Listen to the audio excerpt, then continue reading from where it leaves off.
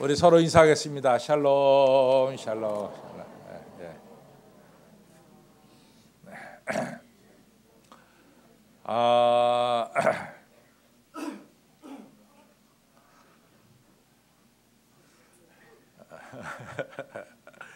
예. 인사 좋은 거예요. 뭐 한 번 더 할까요? 예. 그 사도행전 전체가 이제 28장으로 돼 있거든요. 근데 28장 전체에는 중요한 내용들이 많이 있습니다. 그 중에서 이제 성령 강림에 대해서만 보면은 한 두 군데가 중요합니다. 첫째는 오순절 성령님의 역사죠. 이스라엘의 3대 절기하면은 우리가 유월절이 시작이 되고, 그 다음에 오순절이 있고, 그 다음에 장막절이 있습니다. 그래서 이스라엘 사람들은 이 3대 절기 중에 어느 한 절기 정도는 1년에 한 번 정도 예루살렘에 와서 하나님께 예배드리는 것이 그것이 경건한 사람들의 모습이었어요. 그래서 사도행전 2장에는 오순절이 되어서 흩어진 유대인들, 유대인들이 뭐 아프리카 북단에 있는 알렉산드리아에도 살았고, 또 에티오피아에도 살았고, 또 터키 쪽에도 살았고, 저 마게도니아 쪽에도 살았고, 또 이쪽으로는 아시아 쪽에서는 아마 인도까지도 가지 않았을까, 이런 생각이 듭니다. 이러한 이제 유대인들이, 흩어진 유대인들이 다 이 오순절 절기에 예루살렘에 모여서 예배드릴 때, 이때 강한 바람 같은 성령님의 역사, 불의 혀같이 갈라지는 성령님의 역사가 온 성도들 가운데 임했습니다. 그랬더니 이 성도들이 방언을 시작하는 거예요. 그래서 저들이 성령의 역사로 말미암아 서로 다른 지역에 와서 말이 안 통했지만은 성령의 역사로 방언이 터지고 서로 대화가 되는 이런 성령의 역사가 임했습니다. 근데 이 성령의 역사가 왜 이렇게 중요하냐? 바로 거기서부터 신약의 교회가 시작이 됩니다. 신약의 교회의 특징이 뭐냐? 신약의 교회의 특징은 예수 그리스도의 십자가의 죽음과 부활을 찬양하고 예배하는 이 중요한 핵심이 신약의 교회에는 들어 있습니다. 그래서 이 오순절날 성령님의 역사로 말미암아 부활하신 예수님을 찬양하는 이런 귀한 교회가 시작이 된 것을 알 수 있습니다. 그러니까 사도행전 2장에 나타난 오순절 성령님의 역사는 처음부터 끝까지 유대인들입니다. 그래서 저 알렉산드리아 사는 유대인들, 또 저 터키에 사는 유대인들, 마게도니아 사는 유대인들이 한 자리에 모여서 예배드릴 때 성령님의 역사가 임했어요. 근데 성령님의 역사로 말미암아 또 한 가지 우리가 살펴볼 것은 사도행전 10장 42절부터입니다. 이같이 이방인들이 모여서 예배드리는데 역시 강한 바람 같은 성령님의 역사, 불의 혀같이 갈라지는 성령님의 역사가 모여든 이방인들에게 임하는 거예요. 그러니까 베드로와 옆에 있던 유대인들이 깜짝 놀라는 겁니다. 어떻게 이같이 이방인 가정에서도 예배드릴 때 이 보혜사 성령의 역사가 임하는가? 모두들 깜짝 놀라는 거죠. 또 이방인들도 성령을 받다 보니까 방언을 시작하는 거예요. 그러니까 전부 다들 성령님의 역사가 지금 확실하게 임하는 것을 유대인들이, 베드로를 비롯한 유대인들이 느끼게 된 거죠. 그래서 베드로가 이 성령이 임하는 이 이방인들을 데려다가 세례를 줍니다. 그래서 사도행전 2장하고 10장하고 조금 다른 게 뭐냐면은 사도행전 2장에는 세례 받고 나서 성령 받았어요. 근데 사도행전 10장은 성령 받고 나서 세례 받습니다. 그래서 뭐 세례가 뭐냐냐, 성령이 뭐냐냐, 그건 뭐 별로 중요하지 않은 것 같아요. 왜냐하면은 하여간 성령 받고 나서 세례 받고 나서 성령 받으니까 별로 그것은 중요한 것 같지는 않습니다. 어쨌든 간에 이 이방인 가정에도 이 오순절과 같은 성령님의 역사가 충만하게 임했다. 이것이 중요합니다. 근데 누구의 가정에서 임했느냐? 그것은 바로 사도행전 10장 1절에 보면은 이 로마 백부장 고넬료의 가정에서 임했습니다. 이 로마 백부장 고넬료에 대해서 이제 사도행전 10장 1절을 말씀하기를 이 사람은 이달리아 대 군대의 백부장이다, 이렇게 나옵니다. 근데 이 사람은 100% 이탈리아 사람 같아요. 왜냐하면 그 사람 이름이 꼬르넬리우스거든요.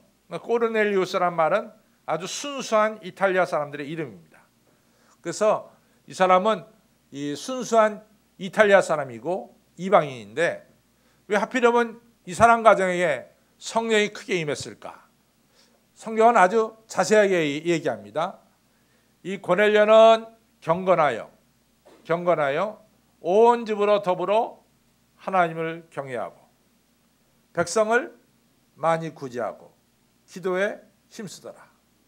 아주 정확히 말합니다. 이 고넬료는 경건한 사람인데 그 경건의 내용이 뭐냐? 첫째는 온 가족으로 더불어 하나님께 예배드렸고, 두 번째는 주변에 어려운 사람들 보면은 백성을 많이 구제했고, 세 번째는 이 사람이 항상 하나님께 기도하는 생활을 했다. 아주 정확하게 1, 2, 3가 나옵니다. 경건이라는 게 뭐냐? 첫째는 하나님께 예배드리는 것이고, 두 번째 뭡니까? 그리스도의 사랑을 이웃에게 전파하는 것이고, 세 번째 뭡니까? 하나님과 나와 기도하는 생활이 계속되는 것. 이것이 바로 경건의 내용임을 우리가 알 수가 있습니다. 근데 이 경건이 얼마나 소중하냐면은 사도 바울이 아들처럼 여기는 사람이 디모데인데, 디모데 4장 7절에 사도 바울이 이런 얘기합니다. 디모데야, 너 제발 허탄한 신화 이야기에 빠져들지 말아라. 허탄한 신화 이야기라는 것은 뭐 족보 이야기도 될 수 있고요, 세상적인 이야기도 될 수 있어요. 너 절대로 허탄한 신화 이야기에 빠져들지 말고 경건에 힘써라, 이렇게 말씀합니다. 육체의 연습은 우리가 여러분들 피트니스 클럽에 간다던가 이러면은 여러분들 뭐 러닝머신에 달리기도 하고 이 기계를 가지고 여러분 몸을 단련하잖아요. 육체 연습은 여러분들의 약간의 유익이 있다. 그러나 경건은 범사에 유익하니 이상과 내생에 유익함이라, 이렇게 말씀하고 있습니다. 우리가 육체 단련 쌓는 것도 우리의 약간의 유익이 있는데, 우리 디모데가 이 경건 훈련에 힘쓸 때 이생과 내생에 아주 유익이 있다, 이런 말씀을 하시면서 사도 바울은 아주 경건에 대해서 중요하게 다루고 있습니다. 여러분, 경건이 굉장히 중요합니다. 오늘 이방인 가정에, 고넬료 가정에 경건이 임했을 때 이처럼 하나님께서 성령의 충만함을 고넬료 가정에 보내주셨어요. 여러분과 저가 경건 생활하는 거 너무 중요합니다. 첫째는 하나님께 예배드리고, 두 번째 뭡니까? 이웃을 구제하고, 세 번째 뭡니까? 기도 생활하는 것. 너무 소중합니다. 그런데 오늘 이 경건이 이 세 가지 외에 오늘 욥기를 보면 욥이 가지고 있는 경건이 또 있어요. 그래서 오늘은 우리가 예배드리고 기도하고 이웃을 사랑하는 이 세 가지 경건 외에 욥만이 가지고 있는, 욥기를 통해서 우리에게 가르쳐주는 경건이 뭐냐, 이것을 오늘 이 송년주일날 좀 살펴보려고 합니다. 욥기가 전체가 42장으로 되어 있는데 욥기 1장을 딱 펼쳐보면은 이 땅이 아니라 천상에서 회의가 열리고 있습니다. 하늘에서 하나님께서 회의를 주관하시고, 이 많은 분들이, 아마 거기에는 하늘나라 24 장로님들도 거기 계셨고, 또 천군 천사들도 거기 있었고, 또 거기에는 이 상황에도 사탄도 거기 있었어요. 그래서 천상에서 회의가 지금 열리고 있습니다. 그때 하나님이 천상 회의 때 누구를 자랑하시냐면은 욥을 자랑하고 있습니다. 여러분들 동방에 살고 있는 의인 욥을 봤습니까? 욥처럼 순전하고 경건하게 하나님을 섬기는 이 사람을 여러분들은 봤습니까? 이러면서 하나님이 이 천상회의 때 욥을 자랑하시는 거예요. 그랬더니 사탄이 손을 딱 들더니, 하나님, 제가 이의가 있습니다. 그 뭐냐? 네가 이의가 있는 게 뭐냐? 그러니까 사탄이 말하기를, 하나님께서 축복으로 욥의 삶 속에 울타리를 쳐주셨기 때문에, 그러니까 욥의 삶이 하나님의 축복으로 울타리가 쳐져 있다 이거죠. 그렇기 때문에 욥이 하나님을 경외하지, 만약에 하나님께서 욥에게 그 울타리 쳐진 복을 걷어가시면은 욥은 틀림없이 하나님을 욕하고 하나님을 저주할 것입니다. 이렇게 얘기한 거예요. 하나님께서 욥은 참 경건한 사람이고 의로운 사람이다 이렇게 칭찬하셨는데, 이 사탄은 거기 다 이유가 있다. 욥이 축복받았기 때문에 하나님을 경외하고 하나님을 찬양하지, 하나님이신 축복을 걷어가면은 욥은 틀림없이 하나님을 이같이 저주할 것이다, 욕할 것이다, 이런 거예요. 그러니까 하나님이 그렇지 않다. 내 종 욥은 그런 사람 아니다. 내가 너한테 얘기하는데 욥의 생명을 건들지 말아라. 그리고 욥이 지금 누리고 있는 이 재산 같은 것은 네가 걷어가도 좋다. 이런 허락을 했습니다. 욥이 잘 지내는데 하루는 스바 사람들이 와가지고 욥이 가지고 있는 재산을 갖다 다 빼앗아갔어요. 그러니까 욥이 졸지의 재산 다 뺏겼어요. 부자가 졸지에 가난한 사람 됐습니다. 또 욥이 아들 7, 딸 10명을 뒀는데 이 10명이 큰아들 집에서 잔치를 벌였는데 그때 태풍인 거예요. 태풍이 일어가지고 욥의 큰아들 집을 쳤는데 글쎄 집이 팍싹 주저앉으면서 아들 7명, 딸 3명이 졸지에 다 죽었어요. 10명 다 죽었어요. 이렇게 어려움이 욥에게 찾아왔습니다. 그때 욥은 이같이 옷을 찢고 죄를 뒤집으면서 하나님께 기도합니다. 하나님 아버지, 내가 적신을 와 싸운즉 적신으로 돌아갈 줄 압니다. 주신 이도 하나님이시고 걷어가신 이도 하나님이십니다.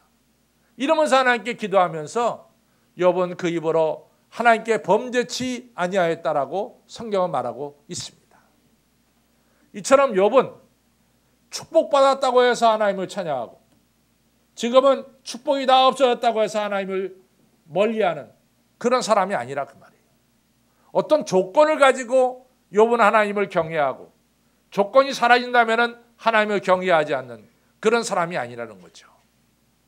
바로 조건에 관계없이 하나님께서 나의 하나님이 되시고 내 생명의 주인 되시고 온 우주 만물을 다스리는 하나님이시기에 내가 하나님을 예배하고 찬양하는 이러한 경건, 이거 갖다가 히브리 말로는 뭐라고 말하면 히잡이라고 말합니다. 히잡. 히잡은 뭐냐? 어떤 조건 없이 하나님을 경외하고 하나님을 찬양하는 이 신앙, 이거 갖다 히잡이라고 부릅니다. 그러니까 사탄은 욥이 어떤 조건이 있었기 때문에 하나님을 찬양한 것이 아니냐. 근데 하나님은 아니다. 욥은 조건이 있어서 하나님을 찬양한 게 아니다. 욥은 언제나 하나님을 찬양하는 사람이다. 이렇게 하나님께서는 분명하게 말씀하셨습니다. 여러분, 우리의 신앙도 어떤 조건이 있어서 하나님을 예배하고 그 조건이 사라지면 하나님을 떠나는 이런 사람이 돼서는 안 됩니다. 조건 없이 하나님을 경외하는 이 히잡, 이것이 바로 올바른 경건입니다. 하박국 3장에 보면 무화과나무가 무성치 못하고 포도나무에 열매가 없고 감람나무에 소출이 없고 밭에 식물이 없고 우리의 양이 없고 외양간에 소가 없을지라도 나는 나의 구원자 여호와 하나님을 인하여 내가 기뻐하리로다. 이것이 바로 히잡이에요. 히잡. 조건 없이, 어떠한 조건 없이 하나님을 찬양하고 예배하는 것, 이것이 바로 욥이 가지고 있는 경건이다 그 말이죠. 오늘 우리가 2014년 12월 28일을 우리가 맞이하고 있어요. 참 세월 빠르게 흘러요. 제가 1월 초 이 성부 영신 예배 때 설교한 게 높고 낮음이 있는 삶에 대해서 설교를 했는데, 산과 골짜기가 있는 삶에 대해서 설교했는데 벌써 어느덧 52주째 제가 설교하게 됐습니다. 여러분들이 1월 1일 날 여러분들의 통장에 1,000만 원이 있었습니다. 그런데 오늘 12월 28일에는 2,000만 원이 됐으면 좋겠는데 어떤 분은 반토막 났어요. 500만 원으로 줄었어요. 그래도 감사해야 돼. 이 히잡이라고 하는 감사는 그래도 감사하는 거예요. 2014년 1월 1일 날 우리 몸에는 아무런 이상이 없었어요. 의사 선생님이 아이고 선생님 같은 건강은 100세를 넘길 것 같습니다. 뭐 이렇게 덕담을 주셨어요. 근데 한 해를 지나는 동안에 뭔가 딱딱한 게 잡히더니 뭐 여러 가지 어려운 병이 발견되기 시작했어요. 방사선 치료를 좀 받아야 되겠습니다. 뭐 이런 이야기가 나와요. 그럼에도 불구하고 우리는 뭡니까?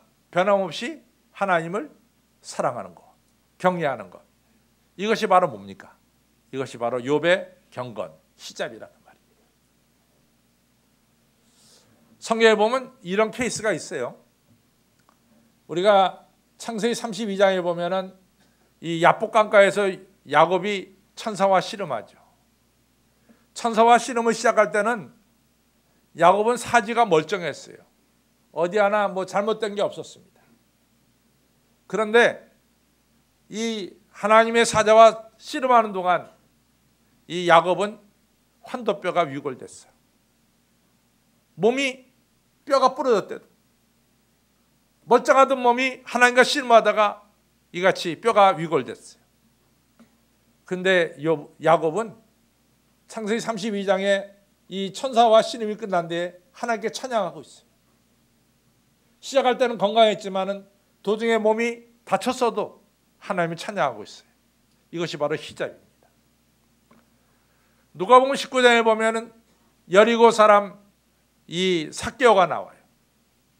삭개오가 예수님을 자기 집에 모시기 전에는 삭개오 집안의 통장에 1억이 있었어요.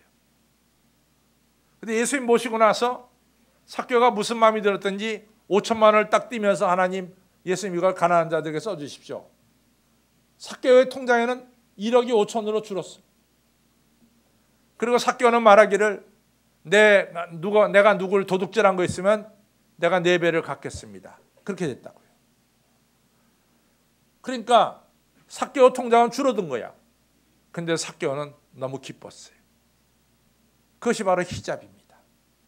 그것이 바로 욥이 가지고 있는 경건이라 그 말이죠. 오늘 성도 여러분, 연초보다 오늘 연말에 여러분들 자산 가치가 줄었어도 창조주 하나님은 나의 하나님이시기에 변함없이 하나님을 사랑하시고 경배하시기를 바랍니다. 연초보다 내 몸이 좀 약해졌어도 내 생명의 주인이 하나님이시기에 변함없이 여러분들 하나님을 경외하시는 여러분들이 되시기를 주님의 이름으로 축원합니다.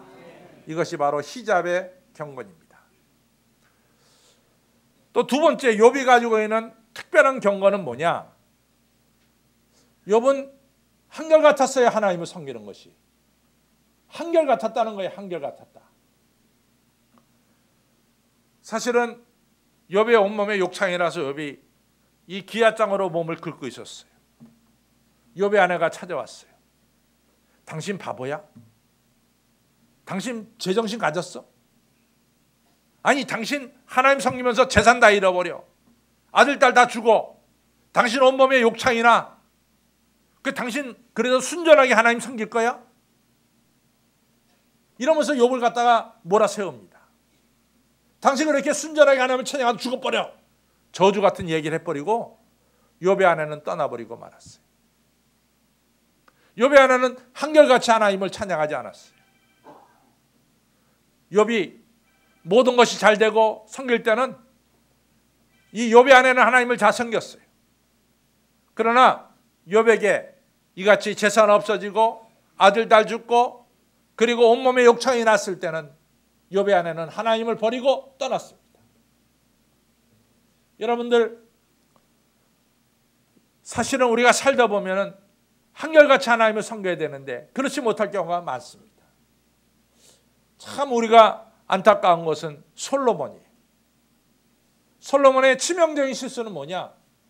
솔로몬이 처음에 이스라엘 왕이 됐을 때는 기브온 산당에 가서 1,000번 제사를 드리고 그리고 성전을 짓는 너무나 충성스러운 솔로몬이었어요. 솔로몬이 40년 통치했는데 한 20년 지나고 나서부터 솔로몬이 바뀌기 시작했어요. 성전에 하나님의 성전에 가서만 예배드리는 것이 아니라 이방 신전에 가서 자기가 데려온 이방 여자들이 섬기는 이방 신전에 가서 예배드리기 시작했어요. 솔로몬의 신앙은 한결같은 신앙이 아니었습니다. 변화가 있는 신앙이었어요. 이스라엘의 우시아 왕 때 너무 잘 살았죠. 이스라엘 백성도 너무 잘 살았어요. 근데 한결같이 하나님 섬긴 것이 아니라 하나님을 떠났어요. 북이스라엘의 여로보암 2세 때 북이스라엘이 너무 잘 살았어요. 이런 자살기 하신 하나님을 찬양한 것이 아니라 바알과 아세라를 섬겼어요. 한결같은 신앙이 아니었다고요. 욥은 재산 잃고 온몸에 욕창 나고 아들, 딸 죽었을 때 너무나 안타까웠어요. 친구들이 와서 얘기합니다. 욥아, 하나님은 천사도 잘못됐다고 야단치신 분이 하나님이야. 하나님의 사자들까지도 하나님께서 천사들까지도 잘못된 게 있다고 하나님이 야단치신 하나님이야. 네가 이같이 잘못된 걸 보니까 네가 잘못된 게 있는 거 아니냐. 이러면서 욥에게 너 숨겨진 죄가 있다라고 엘리바스가 막 몰아세웁니다. 또 빌라이라는 사람도 만약에 의인이 어려움을 당하면 하나님이 그것에 대해서 비웃는다. 절대로 의인은 어려움을 당하는 법이 없다. 네가 어려움을 당한 거 보면은 너는 뭔가 잘못된 게 있어. 이러면서 막 욥을 몰아세웠어요. 욥이 욥기 28장 29절에 오직 여호와 하나님만을 찬양하는 것이 지혜의 근본이다. 이 말로 그냥 대답해버리고 말아. 오직 여호와 하나님만을 경외하는 것이 지혜의 근본이다. 나는 어떤 경우에도 여호와 하나님만을 경외하겠다. 이런 경우 얘기죠. 그렇지만 욥에게도 고민이 없었던 건 아닙니다. 욥기 3장에 보면 욥이 말합니다. 하나님, 나는 내가 태어난 날을 저주합니다. 왜 하나님 내가 그날 내가 살아서 태어났는지 모르겠습니다. 내가 왜 그날 태어나서 왜 어머니 젖을 빨았는지 모르겠습니다. 내가 그날 죽어서 나왔다면 더 좋았을 것 같았습니다. 너무 고통이 어려우니까 자기의 태어난 날을 갖다가 저주했어요. 그러나 욥은 하나님을 떠나진 않았어요. 하나님께 항의했을지언정 하나님을 떠난 것은 아닙니다. 다윗이 여러 가지 잘못된 게 많죠. 근데 왜 하나님이 다윗을 사랑하느냐? 다윗은 한결같이 하나님 떠나지 않고 하나님을 섬겼던 변함없는 신앙을 가진 사람이 바로 다윗이었습니다. 사무엘상 1장에 한나가 왜 그렇게 중요하냐? 한나는 엘가나의 첫 번째 부인이고 분인나는 두 번째 부인이에요. 한나가 아기를 못 낳기 때문에 두 번째 부인 분인나가 들어왔어요. 두 번째 부인나가 들어와서 아기를 낳으면 좀 가만히 있으면 좋은데 한나에게 조롱합니다. 아기도 못 낳은 여자가 왜 첫째 부인 자리를 안고 있느냐? 빨리 그 자리에 내놓고 나가야지. 아기도 못 낳은 여자가 왜 첫 번째 자리를 안고 있느냐 말이야. 꿰차고 있느냐 말이야. 한나가 너무 억울했습니다. 너무 원통했습니다. 한나는 성전에 올라가서 기도했어요. 하나님, 제가 너무 마음이 아픕니다. 내 너무 마음이 슬픕니다. 하나님만의 자식을 좀 내 그 자식을 하나님께 바치겠습니다. 그 어려운 과정에서 변함없이 그는 하나님을 떠나지 않고 하나님을 의지했어요. 변함없는 신앙을 한나가 가졌던 것입니다. 아브라함도 마찬가지. 아브라함이 부름받을 때가 75세예요. 하나님이 아브라함에게 네 자손이 바닷가의 모래와 하늘의 별처럼 많게 하겠다 약속했어요. 아브라함 나이 99세가 됐어요. 로마서 4장 18절 19절 20절은 말합니다. 아브라함이 자기 나이 100세가 되었을 때 자기 몸이 죽은 것 같음을 알고 자기 안에 사라의 태가 죽은 것 같은 알고도 그 믿음이 약하여지지 않고 하나님의 약속이 이루어질 줄 믿고 아브라함이 하나님을 더욱더 의지하였더라. 아브라함은 변함없이 하나님을 의지했습니다. 변함없는 하나님에 대한 사랑. 이것을 뭐라고 말하느냐? 이것을 갖다 헤세드라고 말합니다. 헤세드. 변함없는 하나님을 향한 사랑과 믿음. 이것이 바로 헤세드입니다. 욥에게는 이런 헤세드가 있었어요. 저는요, 모세가 너무 훌륭해요. 모세가 사실은 80세에 부름받아가지고 모세가 40년 동안 이 중다한 잡족들, 오합지졸들 다 끌고 40년을 광야 생활했어요. 요단강 건너면은 가나안 땅이야. 젖과 꿀이 흐르는 땅이야. 요단강은 우리 반포에서 저 이태원을 보는 것처럼, 한남동을 보는 것처럼 멀지도 않아요. 우리 다 보여, 한남동이. 그보다 훨씬 가까워. 한 3분의 1밖에 안 돼. 그러니까 눈에 여리고성도 다 보여, 길갈도 다 보이고. 그런 지역에 지금 이스라엘 백성이 와 있습니다. 모세가 하나님께 기도합니다. 하나님 제가 간절히 구합니다. 하나님, 나로 하여금 이 요단강 건너 저 젖과 꿀이 흐르는 땅에 저도 들어가게 해주세요. 저 아름다운 땅과 산과 들과 저 바다와 레바논을 보고 싶습니다. 하나님, 저도 요단강 건너 저 가나안 땅에 들어가게 해주세요. 하나님 뭐라고 말씀하냐면, 그만해도 족하니 다시는 이 일로 내게 구하지 말라. 너는 요단강 건너 가나안 땅에 못 들어가고 이 비스가 산에서 나에게 올라오리라. 자기가 데려온 사람들은 다 요단강 건너 젖과 꿀이 흐르는 땅 들어가는데 이 모세는 못 가는 거예요. 우리 같으면 삐질 거야. 아이고, 삐지잖아. 이거 하나님 해도 너무합니다. 왜 저 사람들은 다 가게 하고 저만 못 가게 막습니까? 얼마든지 삐질 수 있지. 근데 모세는 하나님께서 섭섭하게 해도 다 받아들였어요. 그리고 주옥 같은 설교를 3편을 남깁니다. 그것이 바로 신명기. 모세가 하나님을 향한 신앙은 뭐냐? 변함없는 헤세드의 신앙이었습니다. 욥의 두 번째 경건은 헤세드, 변함없는 신앙이죠. 세 번째 욥의 경건은 뭐냐? 오늘 욥이 드디어 욥기 42장에서 하나님을 뵙습니다. 아마 욥은 하나님을 뵙기 전까지 내가 하나님만 뵈면은 내가 여러 가지 따지겠다. 하나님 뭐 나한테 원한이 있습니까? 왜 내 아들 딸 다 죽이고, 하나님 내게 무슨 원한이 있습니까? 왜 내 재산 다 가져가고, 하나님 제게 뭐 섭한 게 있습니까? 왜 내 몸에 온몸에 욕창 들게 합니까? 아마 욥은 하나님 만나면 따질 것을 갖다가 1, 2, 3로 다 적어놨을 거예요. 근데 욥이 42장에 하나님을 딱 만나. 그때는 욥이 첫 마디가 뭐냐? 하나님, 내가 하나님에 대해서 귀로만 들었었더니 이제는 하나님 내가 눈으로 배움나이다. 이게 첫 마디야. 두 번째, 하나님, 무지한 자가 어리석은 이치로 하나님께 말씀한 것을 제가 죄를 뒤집어 쓰고 회개하나이다. 이것이 욥의 경건입니다. 하나님 앞에 섰을 때 무조건 자기가 죄인임을 깨닫고 엎드러지는 경건. 그것이 예배예요. 오늘 이 예배는, 예배의 핵심이 뭐냐? 우리가 죽어서 산 제물이 돼서 하나님께 엎드러지는 게 예배예요. 그래서 하나님 앞에서는 이사야도 내가 죄인입니다 하고 엎드려졌어요. 모세도 출애굽기 3장에서 하나님 내가 죄인입니다라고 엎드려졌어요. 누가복음 5장에서도 베드로가 주님 나는 죄인으로서이다 나를 떠나소서 엎드려졌어요. 우리가 거룩한 예배 앞에 드릴 때 하나님 앞에서 내가 죄인임을 깨닫고 내가 엎드려지고 회개하는 것이, 그것이 바로 경건입니다. 욥의 경건은 아주 3가지가 분명했어요. 조건 없이 하나님을 섬기는 히잡의 경건, 변함없이 하나님을 섬기는 헤세드의 경건, 하나님 앞에 죄인임을 깨닫고 회개하는 경건. 이 3가지가 아주 확실한 욥의 경건이었습니다. 이러한 경건 앞에 하나님 말합니다.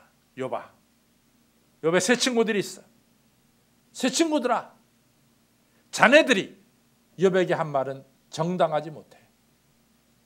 자네들이 욥한테 욥, 네가 숨겨둔 죄가 있기 때문에 고난받고 있다, 이런 식으로 자네들이 욥에게 공격한 것은 정당하지 못한 거야. 그것은 너희들이 잘못한 거다. 네가 욥의 마음을 아프게 한 거다.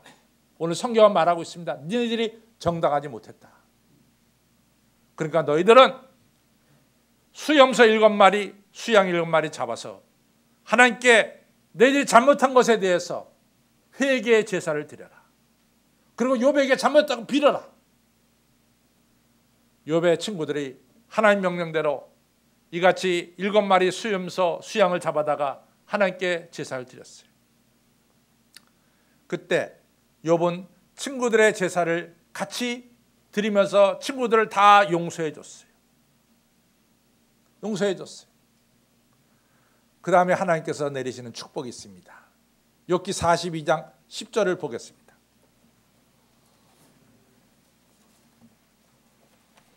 욥기 42장 10절입니다.